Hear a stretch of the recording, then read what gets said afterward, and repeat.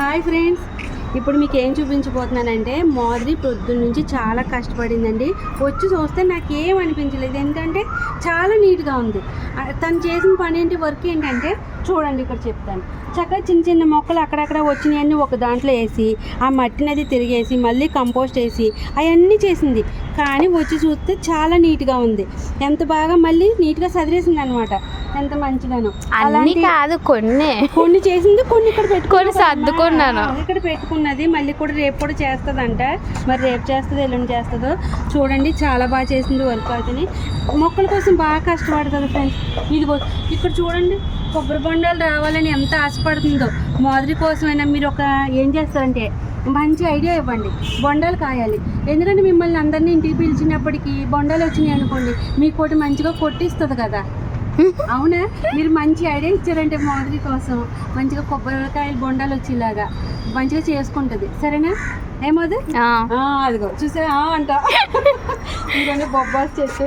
నిన్న వడగళ్ళ వర్షం ఒకటి వచ్చిందండి. అదే మేము రాళ్ళ వర్షం అదే అంటాం అనుకోండి. చక్కగా వర్షానికి ఎంత బాగా వచ్చినాయి, ఆకులు అవి నిగనిగలాడుతూ బాగున్నాయి అన్నమాట మంచిగా. ఇక్కడ మామిడి చెట్లు, ఇంకోటి మామిడికాయలు ఒకటండి. వీటికి కాయ మాకేమో మేము అందుకే ఆకుల మీదే ఆశ పెట్టుకున్నాం తప్ప మామిడికాయల మీద ఆశలు పెట్టుకోలేదు. కానీ బుల్లి చెట్లకి కాయలు వచ్చేసి ఇలా చూపించేస్తారు అందరూ. ఎడిటింగ్ ఎడిటింగ్ అదే మరి అంటున్నాను. రియల్గా మనకి అసలు భూమి మీద ఉంటే ఈ పాటికి ఎప్పుడు మంచిగా కాయలు కాయాలి. 3 సంవత్సరాలు అంటే కాసేయాలి. ఇదిగోండి ఇక్కడ సీతాఫల చెట్లు.